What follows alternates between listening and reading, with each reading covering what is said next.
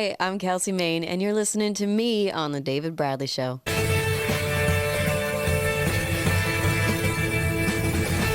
Hi, everybody.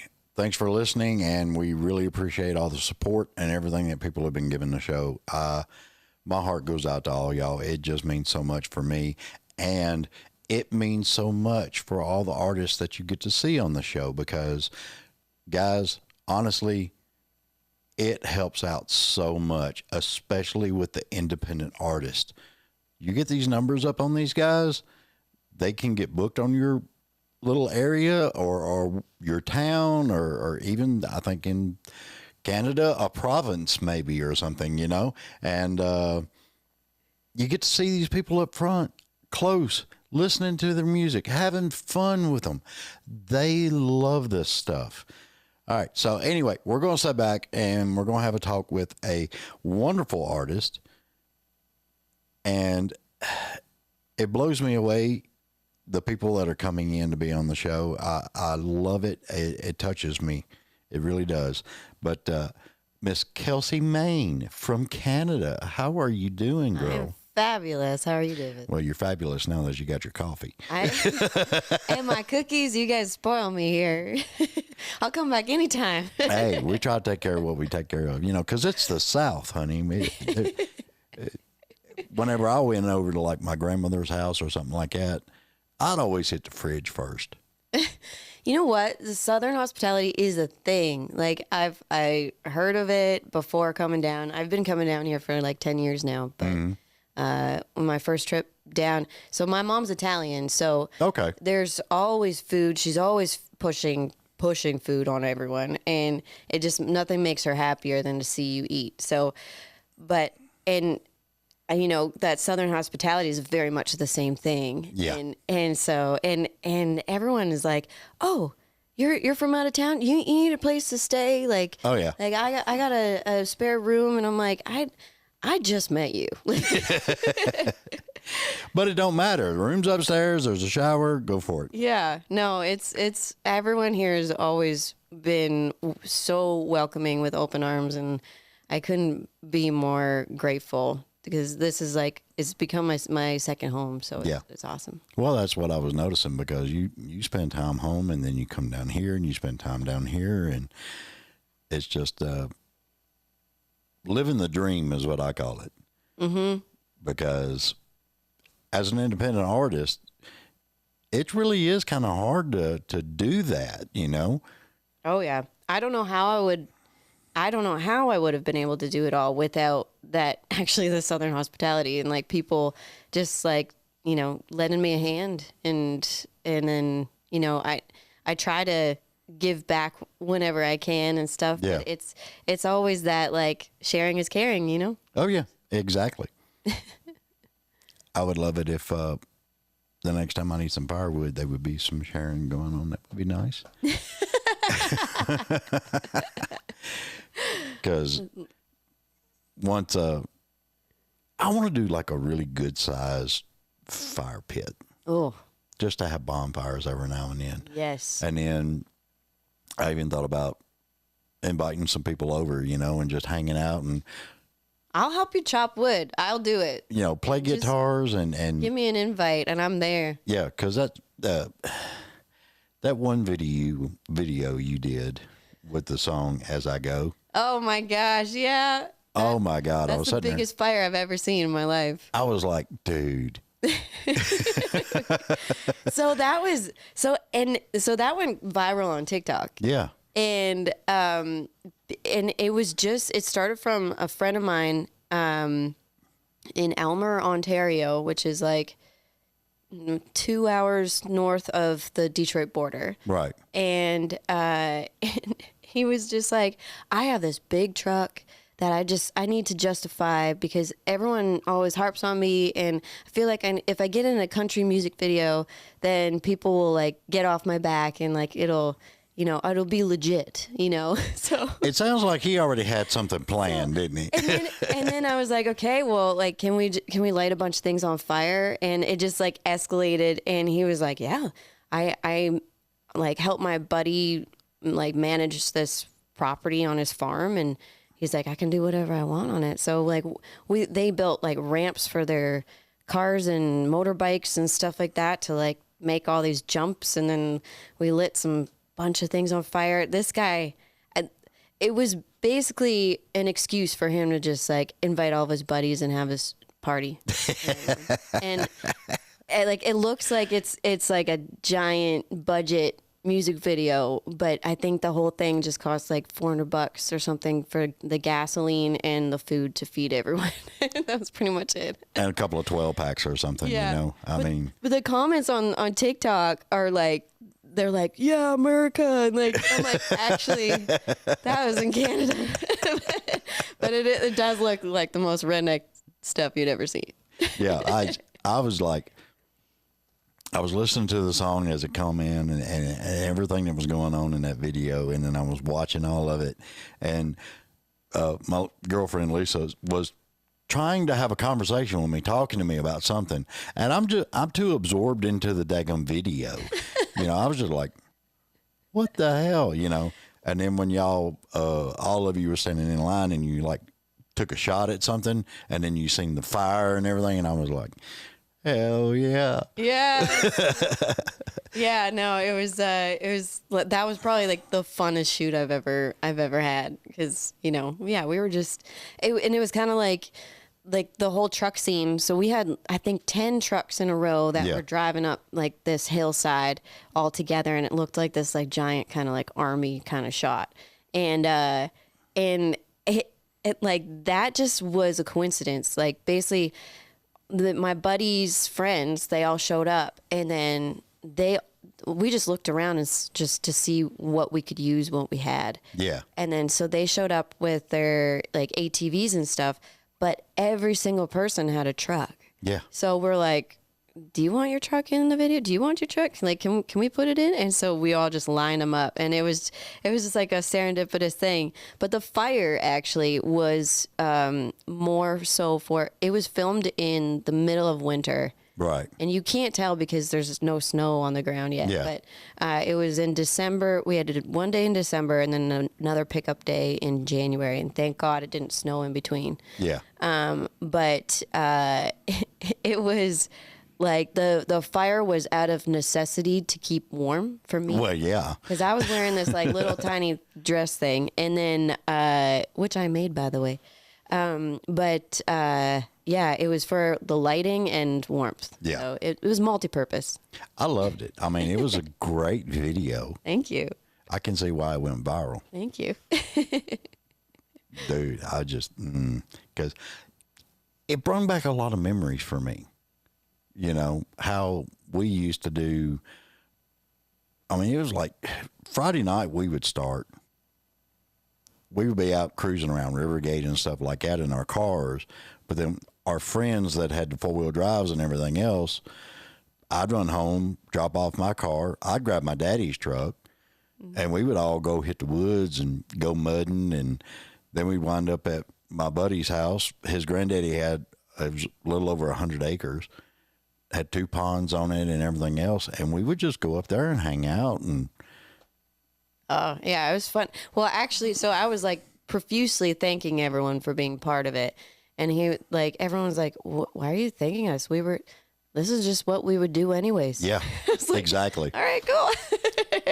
Yeah, it's like just, I mean, in reality, the only thing you got to do is just find some guys that have the trucks, and there's a field, and they can put a fire together and hang out. Music video right there. Yep. That's pretty much what it was. I love it. I love that everybody was saying America. Oh, the comments. Yeah, there's so many. It's great. I loved it. Did you watch it though when you first put it on TikTok, when it first started adding up on the... My phone, in the first 24 hours, it had 1.2 million views. Wow. And my phone just would not stop. I had to put it on silent and just like tuck it away because it was just blowing up. Yeah. I'd have been doing cartwheels. I'd have been doing all kinds of stuff.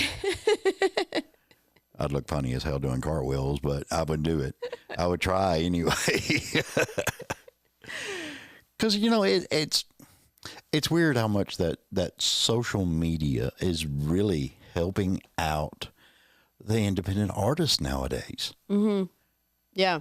It's like it's a double-edged sword, because it's, you know, this new additional thing that, you know, sometimes I envy the artists from like the 90s that didn't have to worry about social media, and they could just focus on their art and like the writing and the performing and recording of the songs and stuff. And then there's also like the booking and, you know, like the photo shoots and like stuff like that. But then this added element, and now it's like, then now we also have to be like experts in the back end of like analyzing the data and, you know, the meta ads and like, it's just this whole other world that I'm still trying to figure out and navigate. But at the same time, it's really cool to be able to directly meet and reach fans like all across the world. Like I got people reaching out from Germany and the UK, and my third biggest audience on Spotify is Brazil. Yeah. I'm like, what? Yeah. Well, I mean, it's like with the podcast, I get into the analytics on it and like see who all's streaming it or listening to it, and it just blows me away. Yeah. And I'm like, I didn't even know they spoke English in this country. Right. But they're listening to my stuff and the artist that was on, and I'm just like, holy crap. Yeah. Because back in the day, in the 70s and the 80s and the 90s, it was, you reached just the town where the radio station was, you know, and then you made your 4-track demo and you sent it out to everybody, hoping that you could get a gig somewhere, you know. But now it's just like everybody everywhere can just point and click. Mm-hmm. You know, somebody tells, hey, you got to get this artist on. And then they just point and click, and they look at the streams and how many subscribers, how many followers, all that other stuff. Mm-hmm. And then that's when they'll get to where they book the artist. Yeah. Yeah. It's insane how it all works. I know. But we didn't have to worry about cameras. Right. Well, video cameras.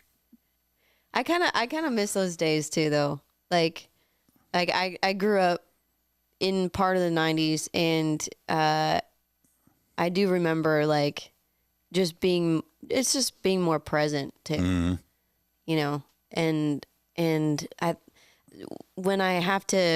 had to train my mindset to, you know, like think like, oh, you know, like everything's content and like, oh shoot, I should have filmed that or whatever. But then it's like, no, I was living in the moment, and I'm okay with that too. Mm-hmm. So there's a balance. Yeah. It's weird because when we did Christmas for Kids, I was on the bus, and, you know, people were coming in and out and meeting them and doing autographs and all that other stuff.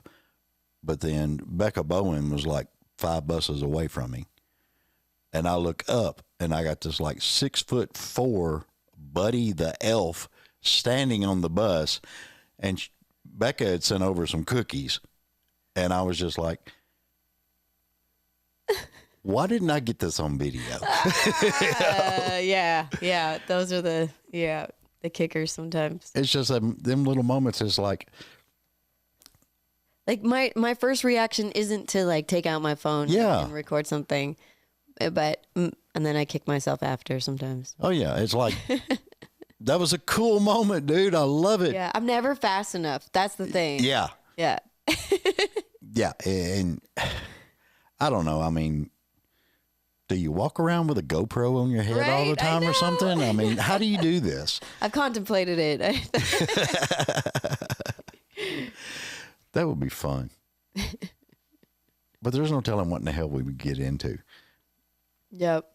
But it's those little moments, man, that are just like, they are so much fun. And then you're like, damn, I could have recorded that. My drummer got like the Meta glasses. Yeah. And then so he brought them last year we played the Calgary Stampede, and he brought them around and was videoing while we were walking through the grounds and stuff, and he just put it on fast forward, and it's cool to kind of see from like a bird's eye view, or like his point of view, you know, what you see like backstage walking through stuff. And because we get to go with the artist passes, we get to go like everywhere. So yeah, that's cool as all get out. All the behind the scenes. Yeah. So the one thing I did want to ask you, because it registered with me, how did it actually feel to be a part of being the actual Rising Star nominee at CMAOntario? Yeah, no, it's just so validating. I think to have like an industry award, because that's like voted by industry members. Yeah.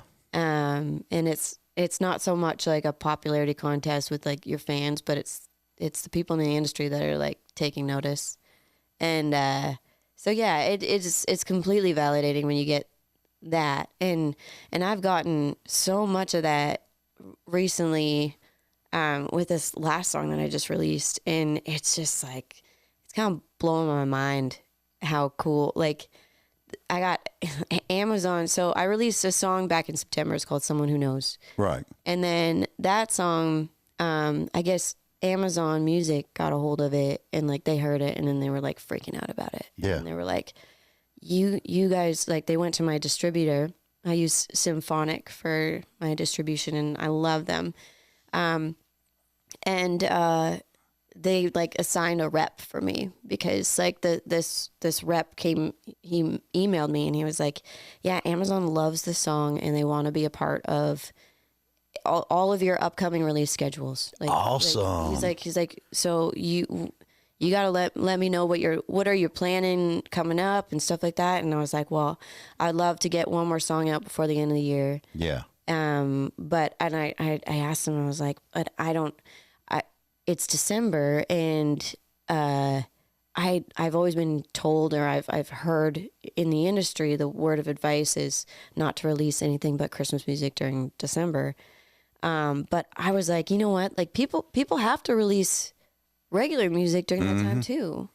And so my reasoning, I was like, if other people aren't releasing regular music, doesn't that mean that there's more of a chance people will hear mine if I do? And then he said, absolutely. He's like, that is, so basically that's a rule for like the major label artists, but being an independent, he's like, you can do whatever the heck you want. Exactly. So, and I think it's a rule for the major label artists, because what I realize is no one wants to be working during the holidays. Mm-mm. And I think that's their rule for that reason. Yeah. Because they take a break like pretty much all of December to January. The weird part about it is with as many independent artists that I know, December, these guys are working their butts off because the major guys they're taking off. Yep. Yep. You know, and the people still want to hear the music. Yeah. They want them there. They want to be able to go to the club and hang out. Mm-hmm. You can't go party and listen to Dashing Through the Snow in a one-horse open sleigh. I mean, it's kind of hard to drink a Jack and Coke and... Yeah. Yeah, it's not going to happen, you know? Yeah. So, and then when I released this song, and sure enough, like the industry people all have been like jumping on board with it. Yeah. And so it's been a wild ride. Like Amazon made it a billboard in Dundas Square in Toronto, which is like it's like our Times Square in Canada. Yeah. And then I was on the cover playlist on Spotify. Apple has been like my biggest supporter. They added me to like some of their biggest playlists, and like the streams that are coming out of there are like, I think I reached over 100,000 streams in the first month just on Apple alone. Holy crap. And And yeah, it's just been like, and then the SiriusXM, the highway picked it up. The major US station picked it up, and on their discovery program for On the Horizon, they have it every weekend, and they played it for 3 weekends straight. And it's just like, and then they played like Kelsi Ballerini and like, I think it was like, and Brett Young, like just before me. And I'm like, oh, and my name's up with them too. It's so cool. This like the industry support for this song, and then the fans are then discovering it too, and it's the other cool thing is hearing like fans reach out and say like, I'm embarrassed that I'm just discovering you now, but I'm glad I did. Yeah. It's so cool. That's the coolest feeling. Oh yeah. Cause I call it the hell yeah moment. Yeah. Because like I've been here all along, and I wrote a song about that. It's called All or Nothing, and I released it about a year ago actually, and it's kind of like this pump up album, like hey, if you want to jump on board, great. I'm just gonna continue doing my thing. I've been doing it this whole time, so yeah. And that's what I love, because there's so much music out there. But if you can do a song and put that out there and it connects with that many people, holy shit. Yeah. Yeah, and I feel like, so before, because I've been releasing music for like, I don't know, I want to say like 8. I've been writing for like 10 years now. And then, but I've been releasing music maybe 9 years now. And, when I first was starting out, I feel like I was like, thought I knew what I was talking about. But now I feel like I went through a lot of life changes and things, like kind of all thrown out at me in 2024. It was just like one thing after another. Like I had a 10-year relationship and engagement that I had called off the wedding for, and like just like all this thing, everything happened at once. And like my grandmother passed away, and it was just like, and it was like all within like a month. Yeah. And I feel like coming out of that on the other side, I'm like, oh, I get it now. Like there's like the songs that I hear on the radio about like heartbreak and stuff, and I'm like, oh yeah, no, that hits a little different now. And then being on the other side of it and being the writer now on those songs, I know what I'm talking about. And so now when I write those songs, they do connect a lot better. Yeah. Fortunately and unfortunately, but well, I mean, it's unfortunate for me, but it's unfortunate that you had to like live through the experience. Yeah. But then on the outside of it, you're more experienced to write more about. Yeah. And in a way, like, because I always try to look at the silver lining for things. Like, I'm like, what was my purpose of going through that and experiencing those things? And I'm like, you know what? I think I needed to do it in order to get to this place in my career for my music. And that's me like justifying it in my brain. And that's kind of what my last song was about. It's called For the Record. Like, for the record, I didn't ask for any of this. I didn't want it. But at least it was good for the record, like for my writing. Yeah, that. I ain't gonna lie. That's what, because I was listening to it and I was just like, yeah, I know guys like that. Yeah. Uh-huh. And then you summed it all up. For the record. It sounds great on the record, And I was just like, it's like, dude. Thank you. Yeah. Yeah. That's what I was like, because, the off-road video for As I Go, I'm sitting there listening to the lyrics and the words, and what got me was, yeah, okay, yeah. Yeah. And we got a couple other references, like I said, like maybe I'll smash this bottle of Pappy. Yeah. And I was just like, trying to hit it where it hurts, Yeah. Like, what is the most expensive bottle that I know? Yeah. But that's what I love. I mean, I love it more when people have actually lived it and can write about it. There's been some songs now that I wrote previously, and now I'm like, now they came true. Yeah. Like, oh. Before I think anything before last year, I don't feel like I like really lived life yet. Right. And all the experiences, and I wrote as if I pretended, and I tried, and I thought I knew, but now I like a couple of those songs like totally came true. Like there's one of my song called SOS, and it's like SOS, SOS, I'm calling now, 'cause every damn word out of your mouth, there's a hole in the there's a hole in the word of your story. Baby, you should really come with a warning. So it's about like this guy lying to you the whole time, and then like it's like giving girls hard eyes on their comments and stuff, and I'm like, that came true for me. That that's what made me leave my wow fiance. I'm like, oh, well, I mean, I didn't know that at the time, but it came true. in the modern technology and everything, somebody needs to make an app that if you meet a guy, you get his name and everything, and just type it in, and you'll have like thumbs up, thumbs down, or something like that. Kind of like pre-warn women about them. Yeah, actually, I'm pretty sure there's some like girl groups out there that have like some secret Facebook pages.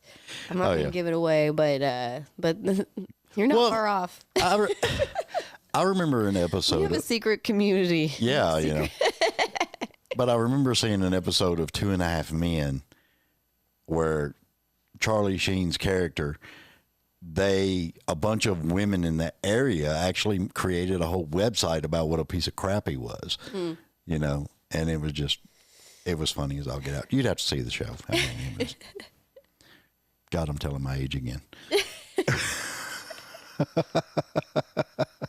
No, that was Charlie Sheen, right? That's Charlie. Yeah. I know. I used to get. I grew up with all American television because I had Detroit radio and TV and everything from like basically like I didn't grow up with like any cable. Like we had an internet, but like everyone, like all my friends had like cable TV and stuff, and like MTV and Much Music and CMT and stuff from cable, and I didn't have any of that because my parents were just like, no, we're not going to pay for that. We already paid for the internet. We're not going to pay for an additional thing.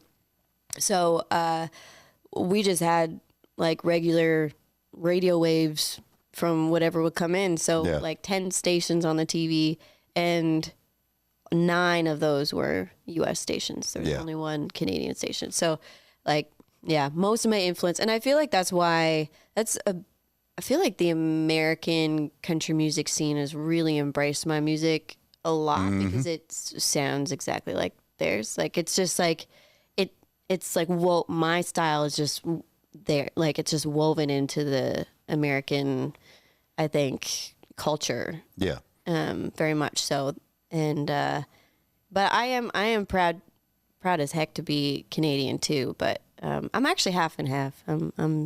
My dad's American too, so. Oh, okay. Yeah, but so I'm proud to be both, but yeah. Hey, ain't nothing wrong with that.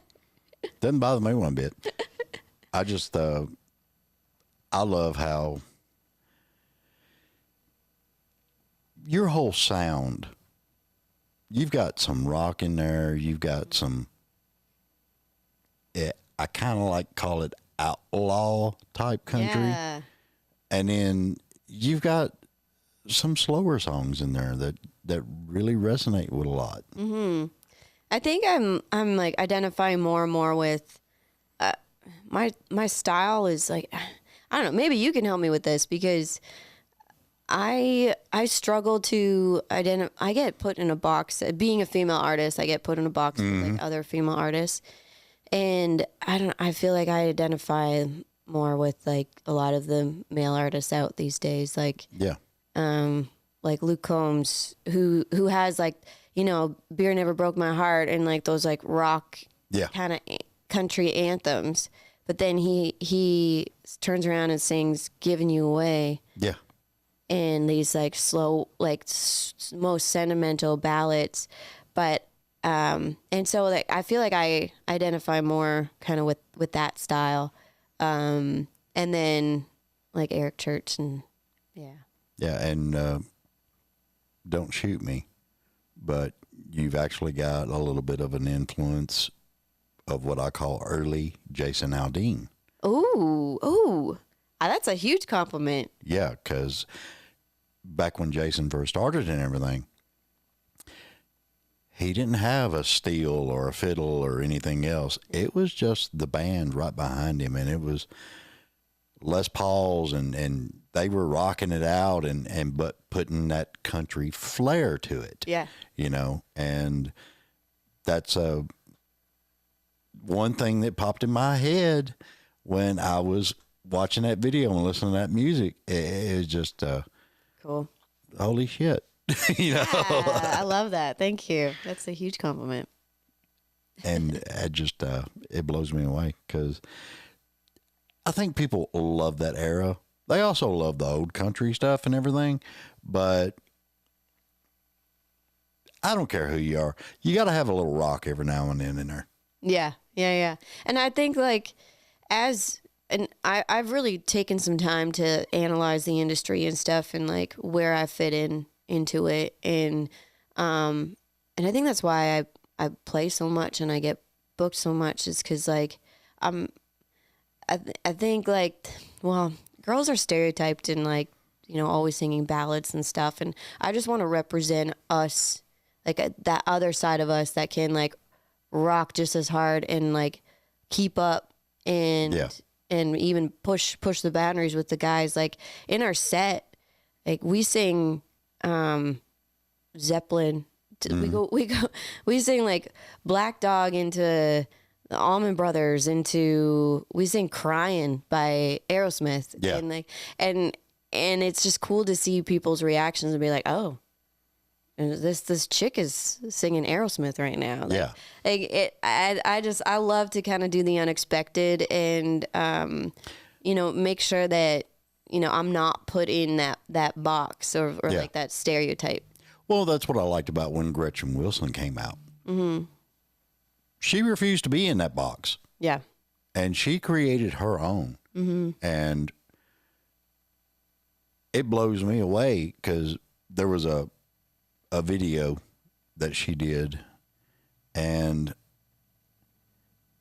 she was singing Barracuda by heart. Oh. And then I was like, I was following her on a lot of stuff that she did. She actually did a lot of heart songs, but that's what she did when she was first starting out, doing the covers and playing the bars and stuff. She was singing a lot of those songs already. Mm-hmm. And I think that helped her not be in that box. Yeah. Yeah. Because, I mean, you know, being placed in a box, it really tightens the noose around you to where you can only go a certain little area, you know. Mm-hmm. But if you can stay outside that box or just break the damn wall down from the box, it puts something out there that I think a lot of people actually more identify with. Yeah. Yeah. And I think like I also look at like, I'm like, so if the guys are getting more bookings, if they're getting more radio play, you know, what are they doing different? And so I'm a little competitive and I've always been an athlete and played sports and stuff. So I'm like, I'm like, I want to play with the boys. I want to. Yeah. That sounded wrong, but I want. But you know what I mean. But yeah, like I want to get in there and just keep up with them and make sure that we're holding our own there. So our show is like we played the biggest festival in Canada this last summer. It's called Boots and Hearts, and it's in Ontario. And we get off the stage, and they gave us like the 2:00 like early time slot. Yeah, we're still little. People are still they're learning who we are now, but we get off the stage, and this other band, I think it was Dallas Smith's band, one of his players, he was like, "Man, you just played that like you were playing like a 10:00 slot, like you just like made us all want to party." And I'm like, "Yeah, then I did my job." Like exactly. That's what I go out to do, and like because I know that the venues are gonna want to book people who can get the party started, that can get people to drink, because they don't just make their money off the tickets. They make the most of it off of the other things, like the drinks and the merch and all that stuff. So I'm gonna do my darndest to try to get those sales. And I think knowing my audience is majority male. Yeah. Like it's like 60-40, I think. And so I'm like, well, men are the ones that want to drink the most too. But yeah. So I'm like, and for me, it's like a no-brain business thing for strategy. I think that more labels and things need to realize with women and signing more women to their labels, because there's this whole opportunity where if you can get a female artist that they're gonna bring out the men, and then the men are gonna be drinking the most, and like the venues are gonna book you more. And so I just feel like it's like kind of this like, I'm like, why aren't more people realizing this? Well, the thing that it's funny you bring that up, because I realized that a while ago. When women are in bars, who's buying the drinks, trying to pick them up? Yep. The guys. More money comes from the guys. That's why I was like, why are y'all doing a ladies' night where the ladies get half-price drinks and everything? What is up with that? They're not even paying for the drinks. That's true. Yeah, that's true. Because even if you're married and you're taking your wife, you're buying her drinks. Well, if they're going to give half-price drinks to the guys, then they're going to go out of business. So I think it's one or the other, I think, if you're going to do Yeah, but I think it's crazy how a lot of that stuff works. And it's really, in this industry today, you really have to be more analytical and look at a lot of different things. Yeah. And I think so during COVID, because like Canada really shut down during that time. And so like I couldn't play any shows. I couldn't do any. I just released my very first album in March 2020. Like at the it was like March 27th, 2020. And so and that was like a week after everything shut down, and none of us knew how long it was going to be. So we all kind of thought at the beginning like, oh, this is just going to be like a week or two, kind of thing. And so I released it anyways, and then I took it as far as I could virtually, digitally. I tried to do as much as I could online and stuff, but and then I also felt guilty so I went to school for nursing, and so I am a registered nurse, and I wasn't using it at the time. And I was like, you know what? Like I have the skill set. Yeah. The healthcare system is really taxed right now. Like I need to do something, but for me to like jump right back into the hospital, it just didn't make sense. Yeah. So, I had a couple business partners that had similar backgrounds, and I have a film and television background too. So we started this company that serviced the film and television industry because they never shut down. They were an essential service. Oh yeah. But because and being in Toronto, it's like one of the most popular industries in the city. So living there, it just made a lot of sense. And so they had all these rules and regulations mandated that they had to follow because they stayed open and continued to work through the whole thing. So our company just like serviced all their medical needs during that time. But we also, because we saw other companies doing it for like, they were medical companies that had no business being in the film and television industry. Yeah. And they didn't know what they were doing. It's a very fast moving, high stakes thing, because if you hold up production by 1 minute, then it just compounds, and that's like millions of dollars. Yeah. And so you can't just wait. And then a lot of the medical companies swooped in and they charged like an arm and a leg. And we just felt bad because A, they didn't know what they were doing, and B, they were like, these poor production companies were forced to do this and they didn't have the money for it. So our company came in and we did it better and way cheaper and just because we wanted to help out our friends ultimately. And then, but anyways, so through all that, I was the chief medical director of the company. And I still am. And we still do a little bit with like set medics and stuff, but I got to like run the business, and we were working with Apple TV, CBS, Netflix. Like we had all of these production companies and like big people. And they're a stickler. And I'm overseeing.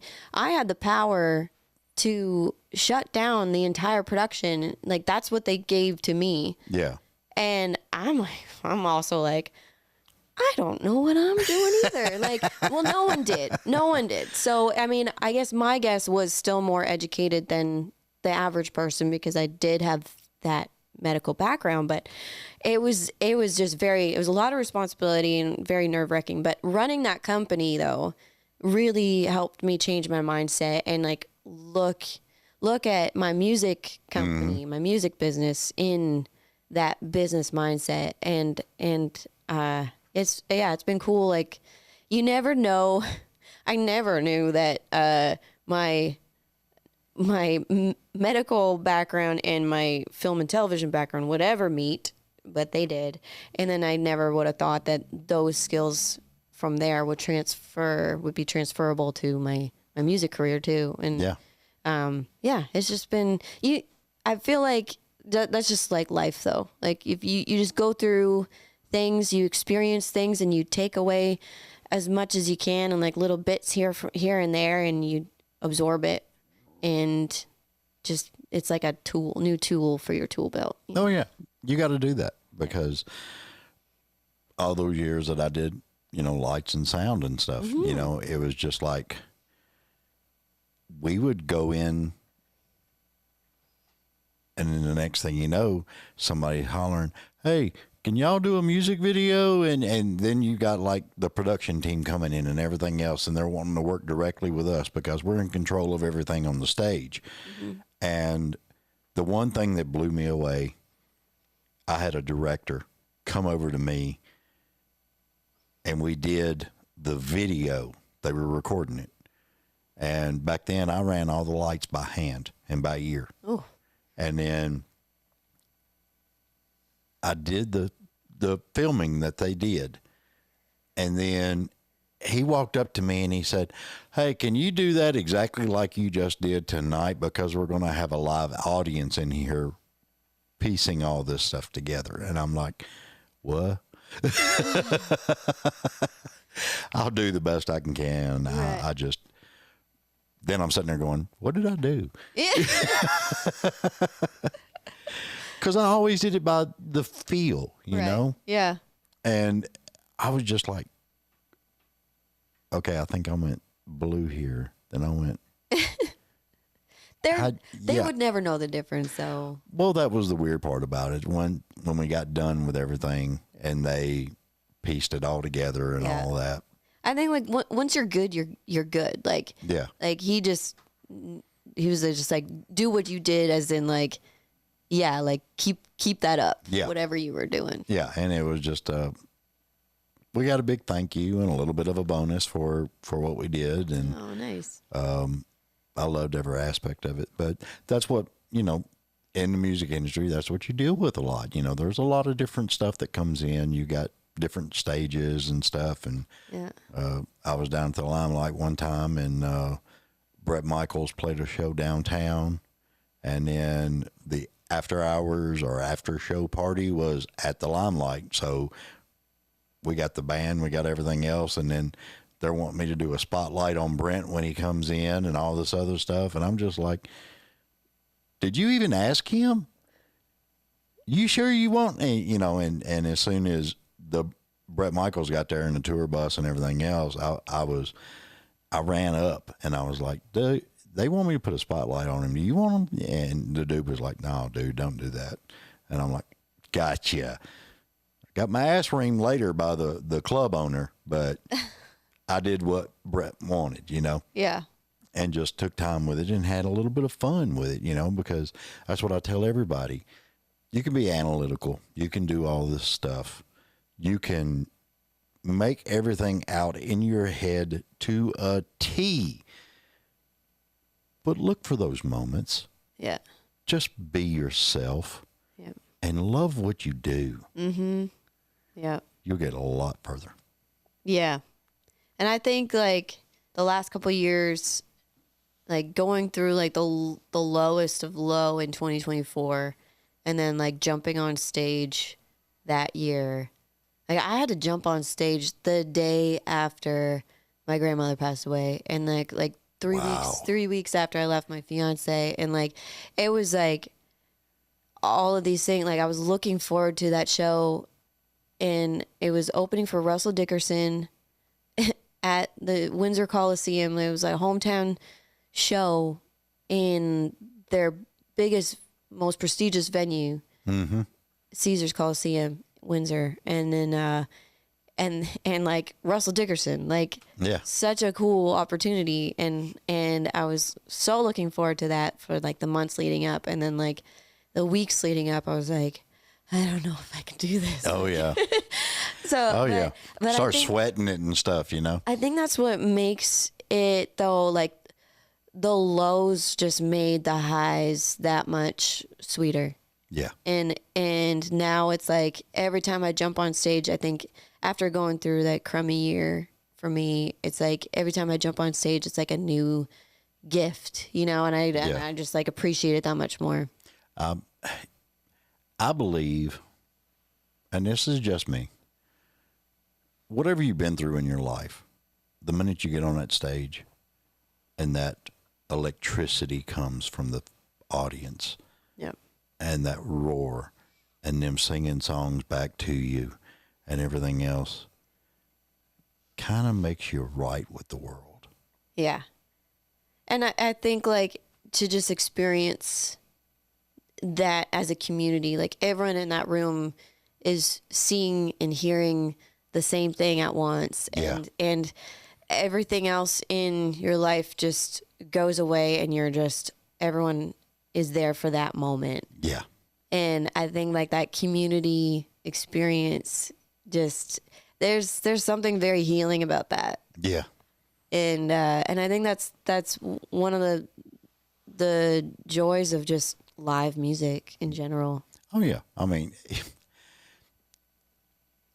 I think that's one of the best experiences of all of it, because I grew up in the 70s and 80s, and I was going to concerts and, Kiss, AC/DC, Rush, all this stuff, and listening to it in your car or an album, but then seeing it on stage. Oh my God. Just to feel it. What's the best concert you've ever been to? Or like something that like sticks out in your memory as like a really cool moment? This is really a good question, but it's going to blow you away. I'm just telling you. I'm here for it. The best concert, and I've been to a lot. Okay. The best concert I've ever been to in my life, Rammstein. Okay. In Atlanta. All right. A German heavy metal band. What? They only come to the United States every 5 or 6 years. Wait, are you like a screamo? Are you like, you love like heavy metal? Yeah. I was a metal kid, man. What? I would have never guessed that. The weird part about it is... That accent says different. Yeah, well, you know. But when I was growing up, I was always taking my grandmother to fanfare. I was all around country music all my life. I mean, hell, I grew up in Nashville. Mm-hmm. And my great aunt actually worked for the Grand Ole Opry. And I was going to Opryland and taking my grandma to fanfare and doing all this stuff. And then the first concert I ever went to see in my life was Kiss. Wow. The very first concert ever. And that was back in 78, I believe. Huh. At the Municipal Auditorium. That's so cool. Actually, I have a little story about that, about Kiss. Yeah. So, my mom's a sculptor. Mm-hmm. And she did one of her most recent ones was they had an unveiling for it. And this was for a radio host. Her name was Rosalie Tremblay. And she was dubbed as like the woman with the golden ear. So she was a radio host from CKLW, the Big 8 out of Windsor, but it broadcast like from New York to like, it was like half of the states, right? Basically, I think, and like half of Canada or something like that. And then, but she was basically responsible for a lot of people's careers. Like the pictures that this woman had with, she was like hanging out with Paul McCartney and Bob Seger. And so Kiss actually, so my mom heard a lot of the stories from this woman's kids. Yeah. And so she passed away a few years ago, but while she was doing the sculpture, she would talk to the kids and hear their stories and get pictures from them. And because you're creating a 3D image from 2D images, which is really, I don't know how she does it. So she was trying to get as many pictures and angles and things as she could. So, but some of the stories, like, so at Kiss would like showed up one day at like the kids' school and like picked them up in a limo and would bring them to the radio station. Wow. And yeah. And then, she only played, so basically like anything that she played ended up being a hit. Yeah. And, so she and her kids, she would also listen to what the kids were listening to, her kids. Mm-hmm. And so her daughter, I guess, was playing, I don't know, the new album from Kiss, and she loved the song Beth. Yeah. And then so Rosalie started playing Beth on the station, and that's why that song blew up. Yeah, it was, they won an award for that too. Oh, I'm sure. Yeah, probably many, but. Yeah, it was amazing to me because Beth and the whole Kiss band and all that stuff, it was a big deal for me because everybody else I was, hanging out with or stuff, they were like Led Zeppelin or they were listening to Leonard Skinner or they were listening to this. And I'm just like, no, I like the painted up guys, dude. Yeah. I mean, they had the makeup going, they had the whole personas for each character, and it just, it blew me away. I had every Kiss album all the way up till they took their makeup off. Wow. And once they took the makeup off, I just felt like they sold out, Yeah. Huh. But Interesting. It was great. It was a lot of fun, and That's also one of the best business marketing things you could do. Like, I look at early on Lady Gaga and Sia and Kiss, and it's like having that persona on stage, and then you can just take it off and then walk around and be the most famous person around, but people probably won't recognize you in public. Like, yeah. Well, I mean, it's cool. It's a really cool, really smart. I can't get away with that as a redhead. But. Well, the weird part about it is I was in that era where that was a stage persona, all the artists that were up there, and then, but the downside of it was when they came off stage, there wasn't meet and greets, there wasn't VIPs, there wasn't all that stuff until later on, and that's one thing I love about a lot of the young generation. Y'all actually do VIPs, y'all do meet and greets, you hang out with the fans after the show, and they get more of a feeling of who you are. Yeah. But I do understand having the persona. Yeah. And having you. Yeah. Because it's like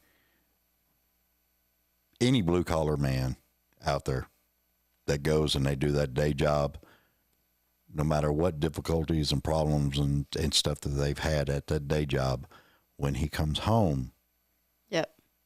Now he's husband, he's father, you're a real person. Like, yeah. And it's like you look at celebrities and stuff, and I've met so many people in this industry that you really just they really appreciate you just treating them like a normal person, and then B, I've had also so many people that are in it for the wrong reasons, and they're like, I just want to get famous, and I'm like, do you realize what you're saying? Like, if like fame is your only goal, you're basically wanting to give up your ordinary life. Like, you're not allowed to, like, look at Taylor Swift, for instance. Like, she's not allowed, she could never just walk into a grocery store. Well, she could, but it would be like short-lived. Yeah. and there would be like hundreds of people just swarming her. Yeah. And what kind of life is that? Like you look at the price that you pay, and I'm willing to pay that price. But that, like, the fame isn't my goal. Yeah. Like I want to be successful in my industry, and I guess fame just comes with that success. Well, yeah.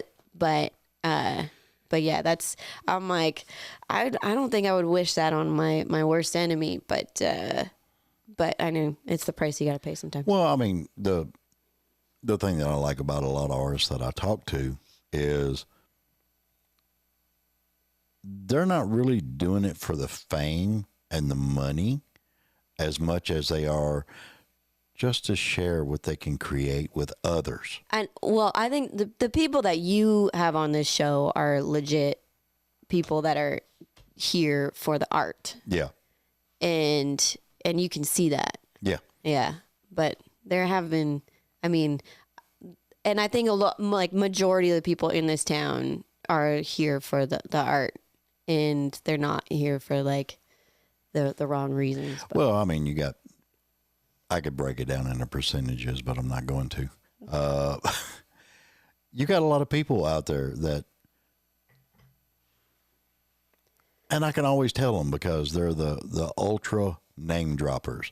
They're the ultra bragging about themselves and everything that they've achieved. And then you're like, okay. And then you go and research and you're like, you lying son of a bitch. Nothing you just told me is even true. Yeah. Why do you feel the need to lie about yourself like that and put your name out there that you're this big shot? And in reality, you're just a mouth, dude. Oh, smoke and mirrors sometimes, you know. Well, I mean, you could always tell them because they're the people that run up to people that they meet in the industry and are big on taking that picture. They got to have that selfie. And yeah. You know what? I can't. There's been so many times where I'm like, yeah, I guess I should have gotten a picture. Like that probably would have been good for the socials or whatever. But I'm like, I could never ask. Like, yeah, I've been so backstage at some festivals and stuff, and I think I was watching from backstage. I think it was Alan Jackson that was playing, and this would have been 2018 at Boots and Hearts. yeah, And so I was like the first up that day as well, and then and then Billy Currington was backstage as well. He had just gotten off. He was like the one just before Alan, and so we were like a bunch of us were just like watching from backstage. yeah, And I turn around and Billy's like right behind me, and I'm just like, ooh, like yeah, I make it a rule, like I don't speak to other artists unless they speak to me first. Like, yeah. I don't want to be that person. And then so I just like, you know, yeah. turned forward, and then he was like, "Hey, didn't you open for me earlier today?" And I was like, "Yeah, I did. I warmed up the stage for you. You're welcome." And so we just started chatting, and he was like, we were talking. We had this great conversation because I was just at that point starting to use in-ear monitors on stage, and I wasn't really comfortable with them yet, and I was asking him about it, and he was like, I actually don't use them, and at least at this point, maybe I don't know, he said he's gotten his ears blown out too many times, and he also feels like it just, because all you hear is like yourself and like just anything that's mic'd, but you don't hear the audience unless they're mic'd, so a lot of the times it's like you feel, he's like, I feel disconnected. I can't feed off of them, I can't hear them. And it's very, very true. So he said that he just doesn't use them anymore. And I was like, oh, that's interesting. But he was like, y'all have Spotify up here? I was like, oh my gosh, yes, Billy. Yeah, we have them in our igloos, actually. Yeah. It's right next to the penguin. Yeah. But yeah, and I was like, oh, maybe I should have got a picture. But I'm like, you know what? No. That's just a personal experience, and I don't want to ruin that, bring other people into it. Well, I mean, the way that I've always been is, you know, all the sound stuff and everything I've done, and I never name dropped to people. I never like, hey, can I get a picture with you? Yeah, I never bugged anybody, you know, like that. I mean, it's just like, if you want a picture with me, ask. I don't care. Yeah. But I'm not going to go up and ask people. I'm also not one for like posed pictures either. Like, I just love like candid things. Yeah. You know? Yeah. It's crazy how it all works. It's nuts. Yeah. Oh, Lord. You going to do a song? Yeah, sure. I have, yeah, which one should I do? Now you're going to be like, I could. You know, that's one good thing about being unscripted and raw. Play what you feel. I think I'm going to do, the song. Let me, fit this the way. Okay. Get comfy. I have to go forward like this. I'm not used to moving these kinds of mics. Oh, you're fine. To me, I think they're the best mics out there. Yeah, these are great. I actually have a couple songs I've like recorded my vocals on here. That actually my next one that I'm putting out, or actually the next one that I'm currently recording right now. I did that. I recorded it on this kind of mic. Yeah. I did it in my room, and I sent it to my producer, and he's gonna make it look like it sounds like it's in a expensive big studio and stuff. It's so cool. This is a song. So this is that first song that I put out in September that Amazon was like freaking out about. And it was like the first time that like the industry was all kind of taking note. And what's kind of cool about it is it almost never came to be. Yeah. Like, I had this idea. It was swirling around in my head for a long time, and it was based off of everything that I went through. And it was like, you know, just like, I just wanted something that just reshared the values I feel like have been lost. Yeah. And like the ones that I grew up on, and I just felt like the world needed like a reminder. So I just had this idea, like, if you're gonna make a promise, better keep it. And like that was kind of swirling around in my brain for a couple months. I took it into a couple writes. No one jumped on the idea. But I kept like, you can, as a songwriter, a lot of us can like hear parts of melodies or something, like it's like a vision for a song. But I'm not great on guitar, so I took it into other rooms and I don't think I conveyed the feeling of it well. And then so they were like, yeah, no, like we went with other ideas. And so I ended up thinking, because it got turned down so many times, that I'm like, you know what, maybe it's just not a good idea. Maybe it's not a good song. And then I was on a airplane, and I was going to do some work on it, but the internet wasn't working and I couldn't do anything that I was planning on doing. And then I went to look at like what movies are on, and I was just overwhelmed with all the choices, to be honest. Yeah. And then this idea kind of like shot back in my head at that time, and it felt like it was like pounding at the back of my head, like, get out. So I ended up writing this song on the plane, and I was like on the way to my producer, and we were recording another song, and we finished that one, and he was like, do you got anything else? And I was like, I wrote this one on the plane. And then he just like immediately clicked with him. Yeah. And he could hear the guitar and what I was envisioning, but I didn't know how to play yet. So this is called Someone Who Knows.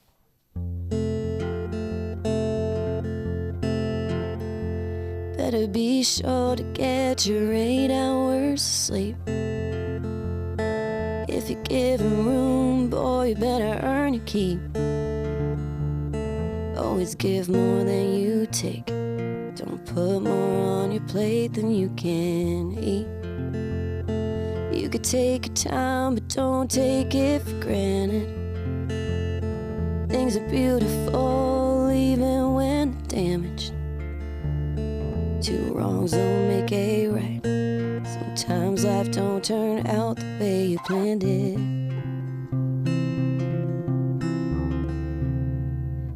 Gonna make a promise, better keep it. If you're gonna say those 3 words, better be damn sure that you mean it. If you ain't got nothing nice to say, don't say nothing at all. If you're gonna take a heart, hold it tight and don't let it go. Take it from someone who knows. Always fill your tank before you go and hit the gas. If you need some help, don't be afraid to ask. Learn to walk before you run. Always stop and smell the roses as they pass. And if you're gonna make a promise, better keep it. If you're gonna say those 3 words, better be damn sure that you mean it. And if you ain't got nothing nice to say, don't say nothing at all. And if you're gonna take a heart, hold it tight and don't let it go. Take it from someone who knows.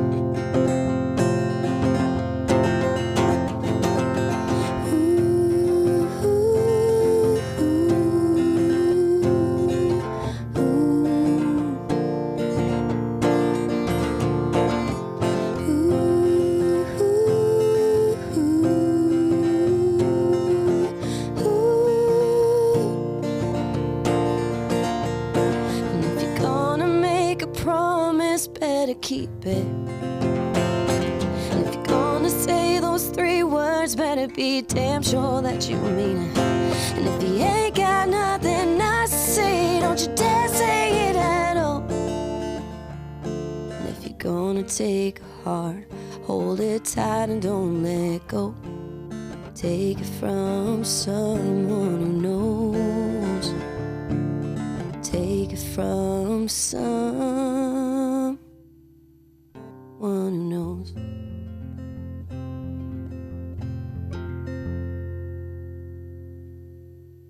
Hell yeah, I love that. Thank you. It's always a little like, no matter how many times I play that, it's always like a little emotional. And so, you know, I can never sing it perfectly. Like the notes are, I'll sing some bum notes because it's just like still kind of raw. But I think it's kind of what makes it special. Yeah, because, I mean, it brought back memories because you even actually included that, you know, Mom always said, you ain't got something nice to say, then don't say nothing at all. Yeah. You know, and I grew up with that. Yeah. Because Mom was big on that, you know, keep your mouth shut if you ain't, yeah. So I kept my mouth shut a lot. But anyway, that's what I loved so much about a lot of your music. Thank you. It resonates a lot, you know? Thanks. And if you can connect with a song that you put out, so many people can connect with that, then you're doing your job, hon. Thank you. Thanks. I mean, I feel bad for anyone that can relate to that song. And if they've been on the other side of it, but I actually wrote it to be for the people that need that reminder in their life, you know. And I just wanted it to be like a little kind of wake up call and be like, you know, if I have been doing these things, you know, just kind of take a look at yourself and reflect and be like, oh, okay, maybe I got to straighten my life out and make some better choices. Oh yeah. So. Yeah. And it's all about the choices. Yeah. The bad part about it is you got so many people out there that are giving you all the wrong information. So you make a wrong choice, even though you think it's the right choice at the time. Yeah. Yeah. I hate that. I'm divorced 3 times. Trust me. I hate that. Truth comes out. Well, now you know why a lot of your music is like, now, you damn. Get it. You get it then. Yeah, that's why. Because I'm like, that's the one thing I always wished. Miranda came out with that and you know, Carrie Underwood and all that stuff and, you know, don't tear the truck up and all that other stuff. You notice it's never flipped? Of the guy destroying the girl's stuff? Yeah. Yeah, what the heck? It's never flipped. You don't hear the guys singing about, you know, I'm going to trash you or I'm going to destroy your truck or. Cause girls do no wrong. I'm kidding. It goes both ways. It goes both ways. I know this. Yeah. But, you know, I'm like sitting there going, where's that song at? You know? Yeah. Well, maybe I gotta write. I mean, one of my favorite things is I love writing for guys. Yeah. Cause I know as a woman what I want to hear. Mm-hmm. And so, yeah. And I think like, I'm like, what blows my mind is whenever I see a song, like a love song, for instance, that a guy sings and it's for a woman, and I'm like, there wasn't even a woman in that room. How do you know that that's what they want to hear? Like I think it should be a rule in this town that a woman always needs to be in a room if you're writing a song to a woman. Yeah. You know. And not somebody you know. Pick a stranger off the street. Yeah. Get a real opinion. Yeah. Yeah. So I think it would be better. writing tips on the David Bradley Show. But I think it's cool as I'll get out. Honey, I love everything that you're doing. I am very, very proud of what you've accomplished. Thank you so much. I really appreciate it. And you're welcome back anytime. Oh, well, cookies and coffee is the way to my heart. So I'll come back anytime. That works for me. Can you please tell everybody where they can find you? I am on all of the things at Kelsi, Mayne, but it's spelt different. So it's Kelsi. I know it threw me off. Yeah, I know. And then Mayne, not like the state, but it's just said like the state, but Mayne. Yeah. Yep. And you got the .com and all that other good stuff. Yeah, KelsiMaine.com or at Kelsi Mayne on like YouTube, Facebook, Instagram, TikTok, all the things. Then, of course, Amazon and everywhere else. Yeah, Spotify, Apple, Amazon, all the things. I haven't really been doing this a lot, but I've been wanting more people to hit like Amazon or Apple or stuff because I think the artists profit better from that. Yep. And they do. Yeah. I don't know. I might start doing that. Yeah. I think it's cool. Yeah. And Pandora too is another one. And yes. Pandora. I forgot all about that. And it helps. It really helps with like when people actually follow the artist and like save the songs and stuff, because that's what really triggers the algorithm and like sharing it and all that. See, I'm one of them weirdos. I think that algorithm is a mythical beast. It is I'm still trying to crack it too. So it's a unicorn out there, and you got a better chance of lassoing the unicorn than you do hitting that algorithm. It's strange stuff. It's interesting, but yeah, it keeps you on your toes. Oh yeah, got to be on your toes. Kelsi, thanks so much for being on, hon. Thank you so much for having me. Wave at everybody. Tell them bye. Bye. All right, everybody. Remember, please like, share, follow, subscribe. It helps all these artists out. It helps this old man doing a podcast out. And remember, I'm throwing a merch in.